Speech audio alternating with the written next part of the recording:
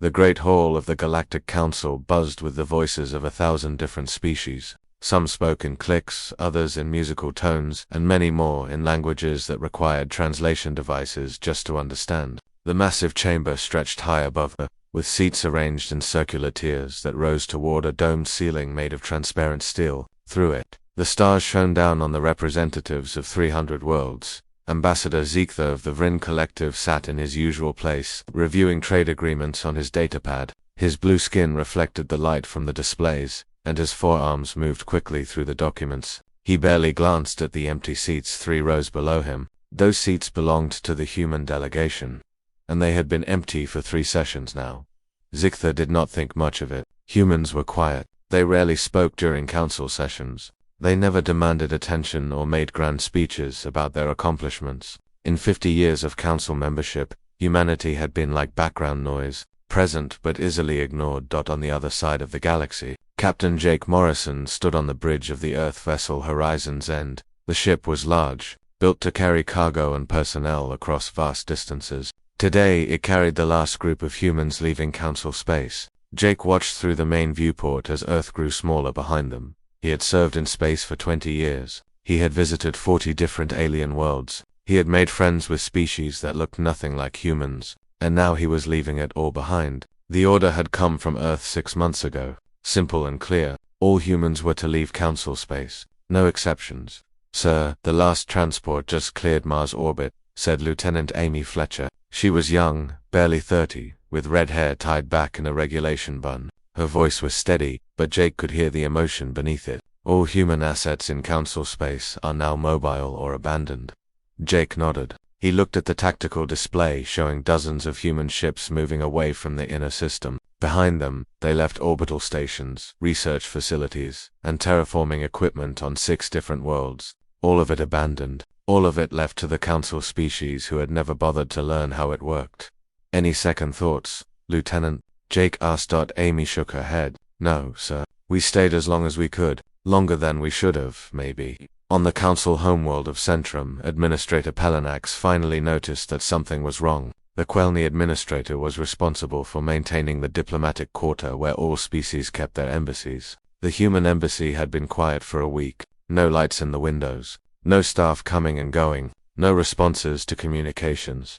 Pelanax sent security drones to investigate. The drones found the embassy building completely empty. Every desk cleared. Every computer wiped clean. The power was still on, but barely. In the main entrance hall, a single message displayed on a large screen.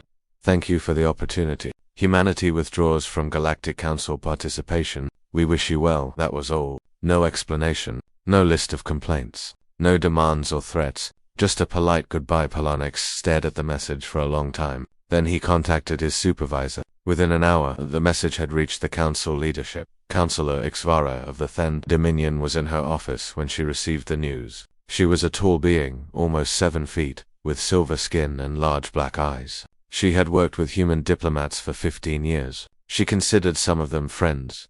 She immediately tried to contact the human diplomatic corps. No response. She tried the human colony on Rigel 4. The communication system reported that no human receivers were active in that system. She tried 6 more human settlements, all silent. Growing worried, Ixvara accessed the colony registration database.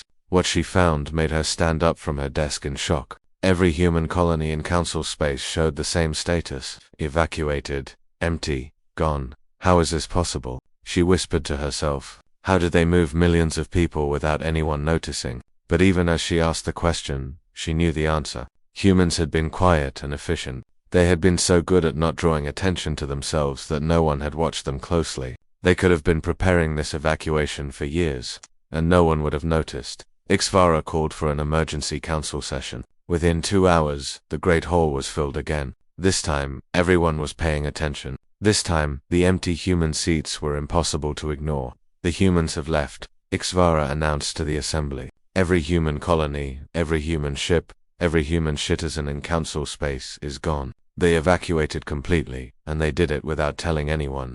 The chamber erupted in confused voices. Species that had barely acknowledged human existence suddenly had 1,000 questions. Where did they go? Why did they leave? When were they coming back? Zektha felt a strange unease in his chest. He pulled up files on his datapad, looking for information about human activities. He found trade reports, maintenance schedules, and scientific papers, hundreds of documents with human names on them. But now that he looked closely, he realized he had never actually read any of them. Surely they left some kind of transition plan, Zekthar said, standing to address the council. Humans are organized. They must have left instructions for maintaining their projects. Ixvara shook her head slowly. I have checked every database they maintained. All empty. Wiped clean. They took their data with them. What about their technology? Another counselor asked. The stations they built, the equipment they operated, all left behind, Ixvara said. But without instructions, without maintenance logs, without any documentation at all. High Chancellor Morthus, the leader of the council, finally spoke. His crystalline body caught the light and scattered it in rainbow patterns. This is clearly a negotiation tactic. They want something from us. We simply need to determine what it is and open discussions. But Councillor Ixvara was not so sure. She had worked with humans long enough to understand something that others had missed. Humans did not bluff. They did not make empty gestures. If they had left, they had meant to leave, far beyond council space. The human fleet gathered at a rendezvous point near an unremarkable star. Dozens of ships, from massive colony vessels to small family transports, all heading toward the same destination. A new home, a fresh start. On the colony ship New Dawn, Commander Greg Palmer sat in the captain's chair and watched other human ships appear on his sensors. Each one represented thousands of people who had chosen to leave behind everything they had built in council space. Do you think we made the right choice? Asked Dr. Lisa Chen. She was the ship's chief scientist, a small woman with sharp eyes and gray hair. Greg considered the question. We made the only choice we could live with. We spent 50 years being invisible, 50 years of our best people working on their problems, and they never once said thank you. They never once asked our opinion. They never once treated us as equals. But we helped them, Lisa said. We made their lives better. Yes, Greg agreed. And they never noticed. That's the problem. You can't build a relationship with someone who doesn't see you. Back on Centrum, Pelenax stood in the empty human embassy. He walked through the abandoned offices, looking at the empty desks and bare walls. In one room, he found a forgotten coffee mug. It was a simple thing, white ceramic with a faded logo. He picked it up and turned it in his hands. This was real. The humans were really gone. And somehow, Pelenax had the feeling that the galaxy was about to discover just how much it had depended on them. The first problem appeared 3 weeks after the humans left. The quantum communication network that connected most of council space started having delays. Messages that should arrive instantly now took hours. Sometimes they took days. The Vrin Collective controlled the network, and their technicians rushed to fix it. Chief Engineer Kalsith looked at the diagnostic reports and felt growing alarm. The network used old Virin technology, equipment that was nearly 100 years old. According to the maintenance logs, it should have stopped working decades ago. But it had kept running, somehow staying functional long past its expected life. How did this equipment last so long? Kalsith asked his team. A junior technician pulled up the detailed maintenance records. Human crews serviced these stations every 6 months. They replaced components, updated software, and made modifications. Look at this. They rebuilt entire sections using parts that should not even be compatible. Kalsith studied the records in disbelief. The human technicians had been performing miracles of engineering, making ancient equipment work like new. They had done it so quietly that no one had even noticed. And now that they were gone, the network was falling apart. Can we replicate their work? Kalsith asked. The junior technician shook his head. We don't have their documentation. We don't know what modifications they made or how they did it. We would have to figure it out by trial and error, then start figuring it out, Kalsith ordered, but he knew the truth. It would take years to understand what the humans had built, years they did not have. On the agricultural world of Harvest Prime, farmers discovered another problem. The crops were failing, not dying, but producing far less food than expected. The yield had dropped by 40% in a single season.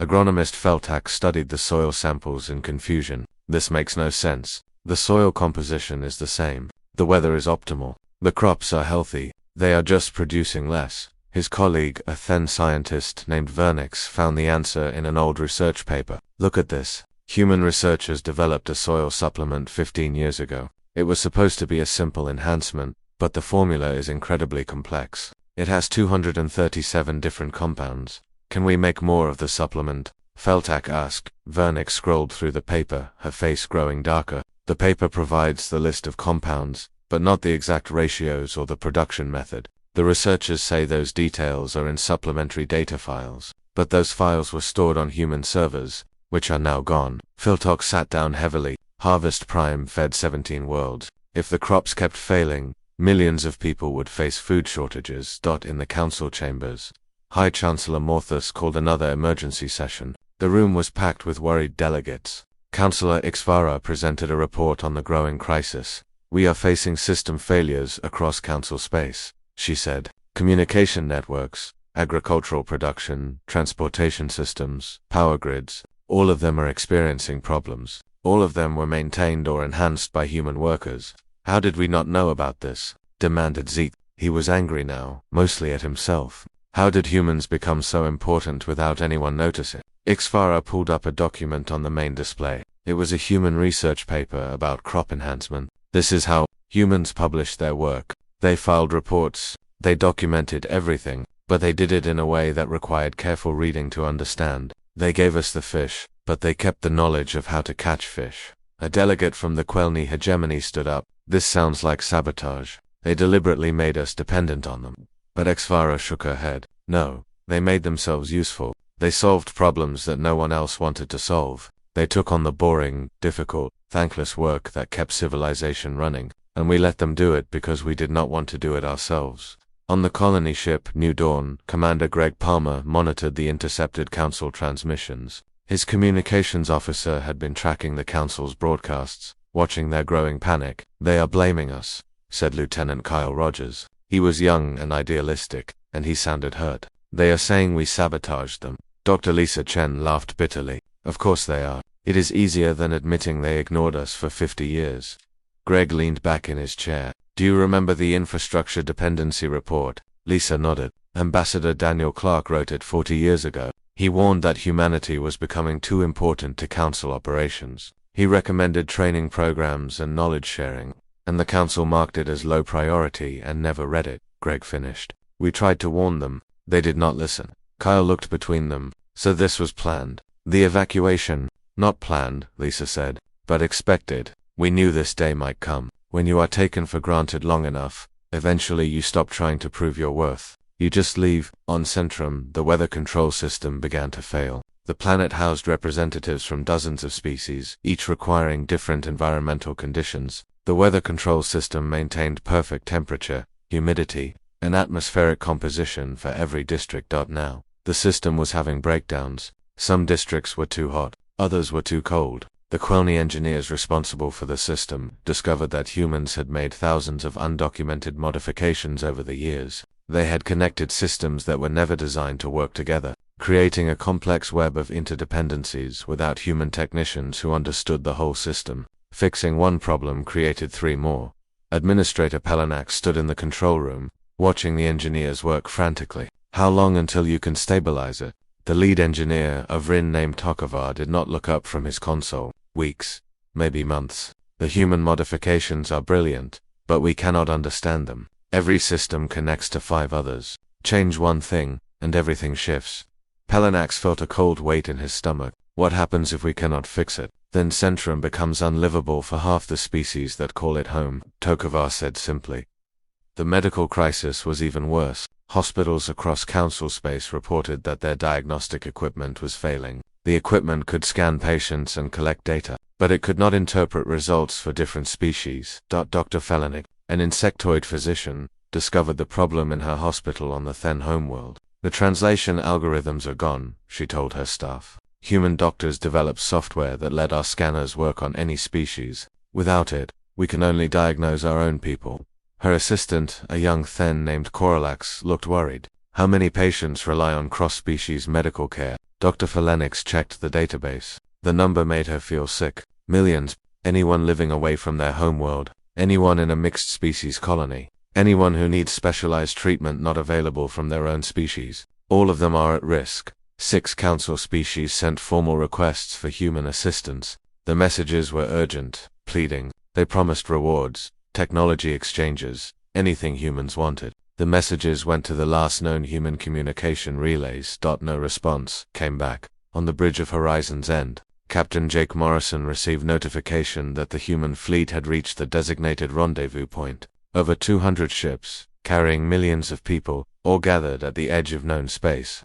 "All ships report ready for the final jump," said Lieutenant Amy Fletcher. "Once we make this jump, we will be beyond Council space, beyond their jurisdiction." Jake looked at the tactical display. Behind them lay Council space, 50 years of human history. Ahead lay empty space, unexplored and unclaimed. "Any ships requesting to turn back?" Jake asked. Amy checked her console. "No, sir. Every ship is ready to proceed." Jake nodded slowly. He opened a fleet-wide channel. "All ships, this is Morrison. In 60 seconds, we jump to our new home. There is no going back after this. Anyone with doubts, speak now." He waited. The channel remained silent. "Then let us begin again," Jake said. "On our terms this time. All ships, jump on my mark. 3, 2, 1, mark." The space around the human fleet rippled and twisted. One by one, the ships vanished into faster-than-light travel. Within minutes, the rendezvous point was empty. Back on Serum, Councillor Ixvera stood in her office, looking out at the city below. She could see the weather system failing. Some buildings were covered in ice, others were shrouded in fog. The perfect climate that everyone had taken for granted was gone. Her datapad chimed with another report. The quantum network was down completely now. 3 agricultural worlds had declared food emergencies. The medical crisis was claiming lives, and somewhere in the dark between stars, humanity was gone. 3 months had passed since humanity left. The Galactic Council was falling apart faster than anyone had imagined possible. What started as inconvenient problems had become full disasters that threatened the stability of dozens of worlds. The then Dominion military made a disturbing discovery. Their fleet, one of the most advanced in Council space, was vulnerable. Commander Vexler was reviewing security reports when she found the problem. The targeting systems on every Then warship were malfunctioning. "How is this possible?" she demanded of her technical staff. "These systems were built by Then engineers. They are our technology." The lead technician, Coronex, pulled up maintenance logs. "Yes, Commander, but human software engineers have been updating the security and optimizing performance for 20 years. They found vulnerabilities we never knew existed. They patched them quietly, without fanfare." Vexler felt cold dread. "And now those vulnerabilities are exposed again," Coronex said. "Any competent hacker can exploit them. The systems are decades behind in security." As if to prove the point, 3 Then warships were hijacked by pirate groups the following week. The pirates took control of the weapons systems remotely and held the ships for ransom. The Dominion was forced to ground its entire fleet until the security problems could be fixed. "How long?" Vexler asked. "Years," Coronex said quietly. "The humans made thousands of updates. We have to understand each one, then replicate it. We are essentially rebuilding the entire security system from nothing." On the colony world of New Terra, the first permanent human settlement was growing quickly. Governor Steve Matthews walked through the construction site where robots and human workers were building homes for 100,000 colonists. Thought the planet was beautiful. Blue oceans, green forests, and clean air. No other species had claimed it. No council regulations limited what humans could build. For the first time in 50 years, humanity was building something that belonged only to them. "Governor, we have incoming transmissions from Council space," said Communications Officer Jane Morrison. "Multiple channels, dozens of messages." Steve returned to the command center and pulled up the messages. They came from different Council species, different governments, different organizations, but they all said the same thing: "Come back, we need you. We will give you whatever you want." The offers were impressive on the surface. Full voting rights in the Council, technology sharing agreements, control of entire star systems, formal apologies for past treatment. One message from the Vrin Collective offered to make humanity a founding member species with permanent seats on all major committees. Steve read through them all carefully. "Then he deleted them, sir." Jane looked surprised. "Should we not at least respond?" "They still do not understand," Steve said. "Look at these offers. Technology sharing, territory council seats. They are offering us things that benefit them. They want us back to fix their problems. Is that not what they should offer?" Jane asked. Steve shook his head. "They should offer nothing. They should ask what we want. They should acknowledge that we left because they treated us poorly. But instead, they are negotiating like we are holding their civilization hostage. They still see this as a transaction, not a relationship." Back on Centrum, Councillor Ixvara was conducting an investigation into humanity's true role in Council operations. She had assembled a team of researchers to dig through records and find every human contribution. What they discovered was shocking. The Jumpgate network that connected hundreds of star systems had been maintained primarily by human engineers. The translation software that allowed thousands of languages to be understood in real time had been developed and continuously updated by human linguists. The emergency response protocols that saved lives during disasters had been written by human crisis management specialists. Humans had been involved in power generation, water purification, waste management, traffic control, food distribution, and 100 other essential systems. They had not controlled these systems, but they had been the ones who kept them running smoothly. They were the glue, Ixvara told High Chancellor Morthus in a private meeting. They held everything together, and we never noticed because they did it so well. Morthus looked at the report, his crystalline face reflecting the data in colored light. How could this happen? How could an entire species become this important without anyone knowing? Because they were humble, Ixvara said. They did not brag. They did not demand recognition. They just did the work, and we let them become invisible because it was convenient. The Chancellor stood and walked to the window. Outside Centrum was still struggling with weather failures. What do we do now? We learn to do it ourselves, Ixvara said, or we collapse. On the human colony ship Endeavour's Promise, Captain Victoria Hayes was conducting final checks before landing. She had been among the last humans to leave Earth's defensive perimeter, making sure every civilian ship escaped safely before following. Her executive officer, Commander Paul Rivers, stood beside her watching the planet below grow larger on the screen. It would be their home now, a world they would call New Victoria, after the captain who brought them here. Do you ever wonder if we made a mistake? Paul asked. We could have stayed. We could have demanded better treatment. Victoria considered the question. She was older than most of the evacuees, nearly 60, with grey hair and tired eyes. She had seen humanity's entire time in the Council. I watched us try that for 50 years, she said. We filed complaints. We requested meetings. We asked for recognition. Nothing changed. The Council species are not evil, Paul. They are just used to having us around. Like furniture. You do not think about furniture until it is gone. And now they are thinking about us, Paul said. Now they are thinking about what we did for them, Victoria corrected. That is different. They miss our labor, not our company. The ship shuddered slightly as it entered the atmosphere. Victoria sat in her command chair and gripped the armrests. After months of travel, they were finally home. In Council space. The situation continued to worsen, for species withdrew from the Council entirely, choosing to focus on their own survival. The Kelter Confederacy, the Prin Alliance, the Zex Collective, and the Nair Republic all announced they could no longer contribute to Council operations while dealing with internal crises. Trade routes collapsed without proper maintenance. Scientific collaboration ended because the shared research databases were offline. Border disputes erupted into open warfare without human diplomats there to mediate. Administrator Pelanax found himself managing a Centrum that was falling apart. The weather control was barely functional. Power outages were common. The water purification system was working at half capacity. Every day brought new failures. He stood in the empty human embassy again, a place he visited often now. Something about the abandoned building drew him. Perhaps it was guilt. Perhaps it was a desire to understand. In one office, he found something the cleaning crews had missed. A photograph, fallen behind a desk. It showed a human family, a man, a woman, and 2 children. They were smiling, standing in front of an alien landscape. On the back, someone had written words in human script. Pelanax took the photo to the translation office. The Quelni translator studied it and provided the meaning. Our first year on Rigel 4, we are home now. Those words hit Pelanax hard. Rigel 4 was not Earth. It was not humanity's homeworld. But this family had called it home. They had built a life there in Council space. And then they had left it all behind, because Council space had never really been their home. It had just been a place where they worked. Councillor Ixvara published her complete report on human contributions to Council civilization. The document was 3,000 pages long. It detailed every system, every project, every innovation that humans had been part of. The sheer scope of it was overwhelming. She presented it to the full Council assembly. The great chamber was silent as delegates read through the findings on their datapads.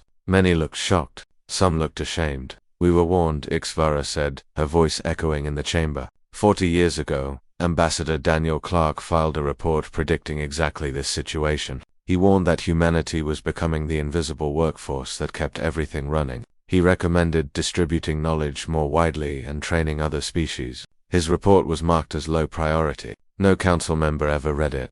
She paused, letting that sink in. The humans did not betray us. They did not sabotage us. They simply stopped doing work that we had taken for granted. This crisis is our own fault. We used them and ignored them, and now we are paying the price. High Chancellor Mortha stood. Then we must find them and bring them back. Why would they come back? Ixavara asked. We offer them things we think they want, but we have not asked what they actually want. We have not acknowledged how poorly we treated them. We negotiate like buyers at a market, not like people who owe an apology. The chamber fell silent again. The truth was uncomfortable, but impossible to deny. 6 months had passed since the evacuation. The Galactic Council had reached a breaking point. Species that had cooperated for centuries were now arguing over resources. Worlds that had traded freely now hoarded supplies. The unity that had made the Council strong was crumbling. High Chancellor Morthus called what he hoped would be a decisive meeting. The Council chamber was half empty. Many delegates had been recalled by their governments to deal with domestic problems. Those who remained looked tired and desperate. We must find the humans, Morthus declared. His crystalline body pulsed with agitated light. We must bring them back. I propose we offer them full council membership with voting rights. We offer technology exchanges. We offer them control of any uninhabited systems they want. Whatever price they name, we pay it. Ambassador Zeektha stood slowly. The Vryn diplomat had aged visibly in recent months. His blue skin looked pale, and his forearms moved with less energy than before. And what makes you think they will accept? They must, Morthus said. Look at what their absence has done. They must see that we need them. That is exactly why they will not come, Zeektha said quietly. We need them. But do we respect them? Do we value them? Or do we just want them to come back and fix our problems? Councillor Ixvara nodded in agreement. Ambassador Zeektha is right. For 50 years, we treated humans as servants, as a lesser species that existed to make our lives comfortable. Now we are offering them rewards, but only because we are desperate. That is not respect. That is manipulation. Then what do you suggest? Morthus demanded. I suggest we accept that they are gone, Ixvara said. We learn to function without them. We fix our own systems. We rebuild our own infrastructure. And perhaps, years from now, when we have proven that we can stand on our own, we might be worthy of asking them to rejoin us, as equals. The chamber erupted in angry voices. Species shouted at each other, blamed each other, demanded solutions that did not exist. The council had become a place of fear and anger, nothing like the cooperative body it had once been. In human space, life was very different. The colony world of New Terra had grown into a city of 500,000 people. Other human worlds reported similar success. New Victoria, New Boston, New Lagos, and dozens more. Each one thriving, each one independent. Governor Steve Matthews stood on a balcony overlooking the capital city. Buildings rose toward the sky, clean and new. Transport vehicles moved smoothly through the streets. Children played in parks where alien trees grew alongside plants from Earth. It is beautiful, said his assistant, Linda Harper. She had been with him since the evacuation, helping coordinate the massive relocation effort. It is ours, Steve said. That is what makes it beautiful. We built this, not for the council, not to maintain someone else's systems. We built it for ourselves. A message alert chimed on his datapad. Linda pulled it up and frowned. More transmissions from council space. They are getting more desperate. Steve did not even look at the messages anymore. Delete them, sir. This one is from Councillor X. She is not asking us to come back. She is asking permission to visit. That made Steve pause. He took the datapad and read the message carefully. Ixvara's words were different from the others. She was not offering rewards or making deals. She was asking to talk, to understand, to apologize. What do you think? Linda asked. Steve thought about it for a long time. Send a response. Tell her we will consider it, but not yet. We are not ready for visitors yet.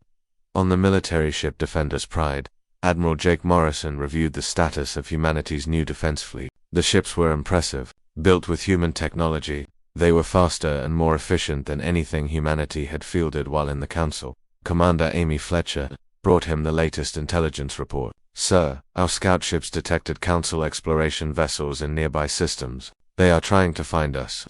Jake studied the tactical display. The council ships were searching systematically, moving from system to system. They were still dozens of light years away, but they were getting closer. Let them look, Jake said.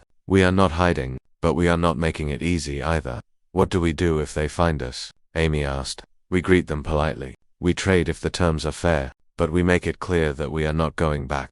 Jake leaned back in his chair. This fleet exists to protect human interests, not council interests. That is a change that some of them will find hard to accept. Back on Centrum, the situation had stabilized slightly, not improved, but at least stopped getting worse. The weather control system was working at about 60% capacity. The power grid was reliable most days. Food production from agricultural worlds had leveled off at lower yields.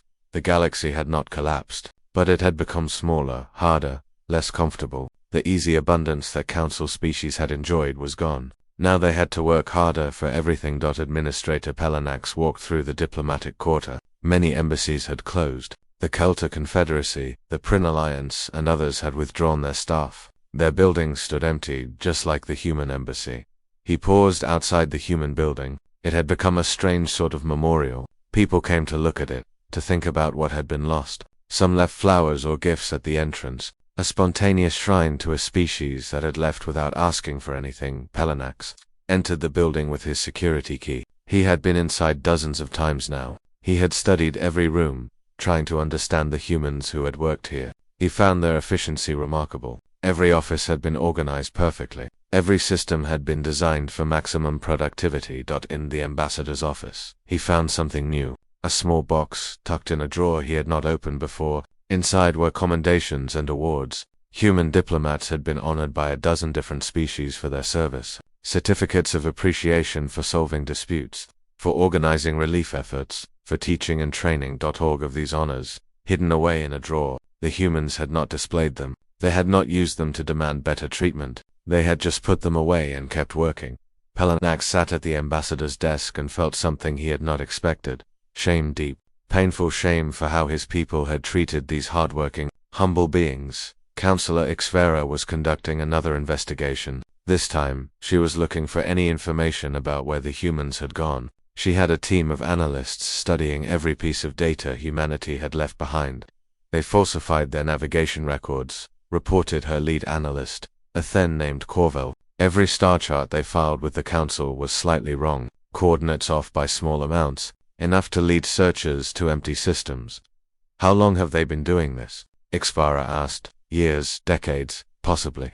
They have been planning this evacuation for a very long time. Corvel pulled up more data. They also established false trails, fake communication relays that lead nowhere, sensor beacons that broadcast false signals. Ixvara felt a mixture of admiration and sadness. Humanity had been so thorough. They had planned every detail of their departure, making sure they could leave cleanly and not be followed. That level of planning meant this was not a sudden decision. They had been thinking about leaving for a long time.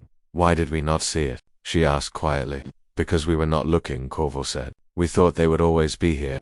In the Great Council chamber, a new reality was setting in. Species were adapting. The Then Dominion had trained new military technicians and slowly brought their fleet back online. The Varin Collective had rebuilt parts of their communication network using simpler but more reliable technology. Agricultural worlds had developed new farming techniques that did not rely on human supplements. That it was working slowly. The council was learning to function without humanity. But everything was harder now. Everything took more effort, and the easy cooperation that had once existed was gone, replaced by competition and distrust. That High Chancellor Morthus stood before the council and made a surprising announcement. I am resigning my position. The crisis we face is partly my fault. I failed to see how dependent we had become on human labor. I failed to value their contributions. Someone else must lead us forward. The chamber was silent. Then, one by one, delegates stood in respect. Morthus had admitted fault. That was rare among council leadership.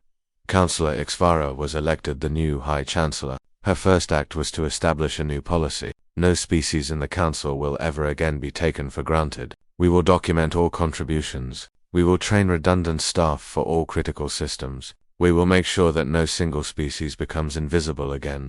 It was a good policy, but it came too late to bring back the humans.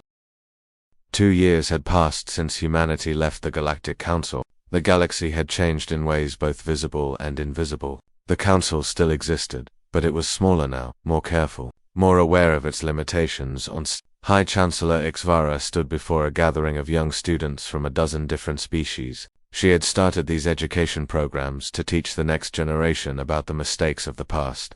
"Today, I want to tell you about the humans," she said. "They lived among us for 50 years. They worked on our ships, in our hospitals, on our farms, and in our cities. They made our lives better in 1,000 ways. And we never said thank you." A young Quelny student raised a tentacle. "Why did they leave?" "Because we took them for granted," HFY said simply. "We treated them as servants, not as partners. We used their skills but never acknowledged their value. Eventually, they decided they deserved better, and they were right." Another student, a small Vrin, asked the question that everyone wondered. "Will they ever come back?" HFY smiled sadly. "I do not know, but if they do, it will be as equals or not at all. That is the lesson we must learn." The council had adapted to life without humanity. The communication network now ran at about 70% of its old capacity. Food production had stabilized at lower levels. Medical care had returned to species-specific treatments, which meant more hospitals and more specialized staff. But it worked. The galaxy had not collapsed. It had simply become less comfortable. Some species had learned from the experience. The Then Dominion now trained engineers to work on every critical system, with detailed documentation of every process. The Vrin Collective had established apprenticeship programs where senior technicians taught younger ones, making sure knowledge was never held by just a few individuals. Other species remained bitter. The Kelta Confederacy still blamed humanity for abandoning the Council. They refused to acknowledge their own role in creating the situation. Their economy had suffered the most, and they wanted someone to blame. On New Terra, the human colony had grown into a proper city. Governor Steve Matthews walked through streets filled with people, shops, schools, and parks. Above, spacecraft came and went from the orbital station. Humanity was thriving. "Governor, we have a situation," said Linda Harper, finding him at a cafe. "A council ship just entered our system. They are broadcasting a request to talk." Steve put down his coffee. "What kind of ship?" "Diplomatic vessel. Small, unarmed. They are requesting permission to approach the planet."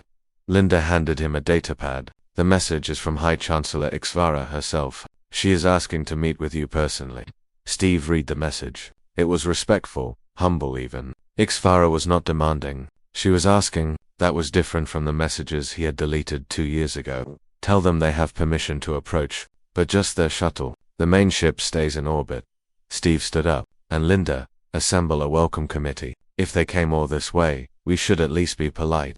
3 hours later, Steve stood in the landing area watching a council shuttle descend. It was strange to see alien technology here, on a human world. For 2 years, they had been alone. Now the outside galaxy was arriving. The shuttle landed gently. The hatch opened, and High Chancellor HFY emerged. She was alone except for one aide. No guards, no entourage. That was a sign of trust, Steve realized. Or possibly desperation, Governor Matthews HFY said, approaching with her hands visible in a gesture of peace. "Thank you for seeing me." "Hi, Chancellor," Steve replied. "Welcome to New Terra. You have come a long way." "I have," HFY agreed. "May we talk?" Steve led her to a conference room in the government building. Through the windows, HFY could see the human city spreading out below. Clean, organized, thriving. A monument to what humanity could accomplish when working for themselves.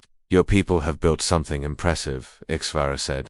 "We have built a home," Steve replied. "Something we never really had in council space." HFY nodded slowly. "I understand now. Too late, but I understand." She pulled out a datapad. "I am not here to ask you to return. I am here to apologize." Steve raised an eyebrow. "Apologize?" "For 50 years, the council treated humanity poorly. We used your skills. We depended on your labor, and we never acknowledged your value. We were comfortable, and we did not want to see what made us comfortable." HFY looked directly at Steve. "I am sorry. On behalf of the Galactic Council, I apologize for our failure to treat you as equals." Steve was quiet for a long moment. "That is the first time any council species has apologized to us. It should have been the first thing we said when you left," HFY replied. "Instead, we spent months trying to bribe you to come back. We offered you everything except the one thing you wanted. Respect. What changed?" Steve asked. "We learned to survive without you. It was hard, but we managed. And in learning to do your work, we finally understood how much work it was, how skilled you had to be, how much you contributed." HFY set down her datapad. "I am not here to negotiate. I am here to listen. If you want to tell me why you left, I will listen. If you want to yell at me for how poorly we treated you, I will listen. You deserve to be heard. Steve leaned back in his chair. He thought about 50 years of service, 50 years of being ignored, 50 years of watching human contributions be dismissed or forgotten. We left because we were tired, he said finally. Tired of being invisible, tired of fixing problems and never being thanked, tired of working twice as hard to be seen as half as good. We did not hate you, we were just exhausted. HFY nodded. I have read every report humanity filed during your time in the Council. Thousands of reports. Detailed, careful, thorough. Almost none of them were ever read by Council members. Your ambassador, Daniel Clark, warned us 40 years ago that we were becoming too dependent on human labor. We marked his report as low priority and forgot about it. We know, Steve said. We kept copies of everything. Of course you did, HFY said with a sad smile. Humans are thorough. That is one of the things we took for granted. Far across human space, Admiral Jake Morrison was dealing with a different Council contact. A thin military ship had been found drifting near human territory, damaged and leaking atmosphere. Human patrol ships had rescued the crew and brought them to a nearby station for medical treatment. How are our guests? Jake asked the station commander, Captain Helen Foster. Grateful and confused, Helen replied. They expected us to demand payment for the rescue. When we told them it was free, they did not believe us. Jake shook his head. Did you explain that we help people in distress regardless of who they are? I tried. I do not think they understood. In Council space, everything is a transaction now. Helen pulled up a report. The ship's captain asked to speak with you personally. She wants to thank you. Jake met with Commander Vexler in the station's medical bay. The then officer was recovering from decompression injuries, but she insisted on standing to greet him. Admiral Morrison, she said, my crew and I owe you our lives. Name your price. There is no price, Jake said. You needed help. We provided it. That is enough. Vexler looked confused. But surely you want something. Information about Council space. Technology. Credits. We want you to recover and go home safely, Jake said. That is all. The then commander sat down slowly, wincing from her injuries. I do not understand humans. We treated you poorly for decades. Now you save our lives and ask for nothing. Why? Because it is the right thing to do, Jake said simply. We did not leave Council space because we hate other species. We left because we wanted to be treated as equals. That does not mean we stopped caring about other people.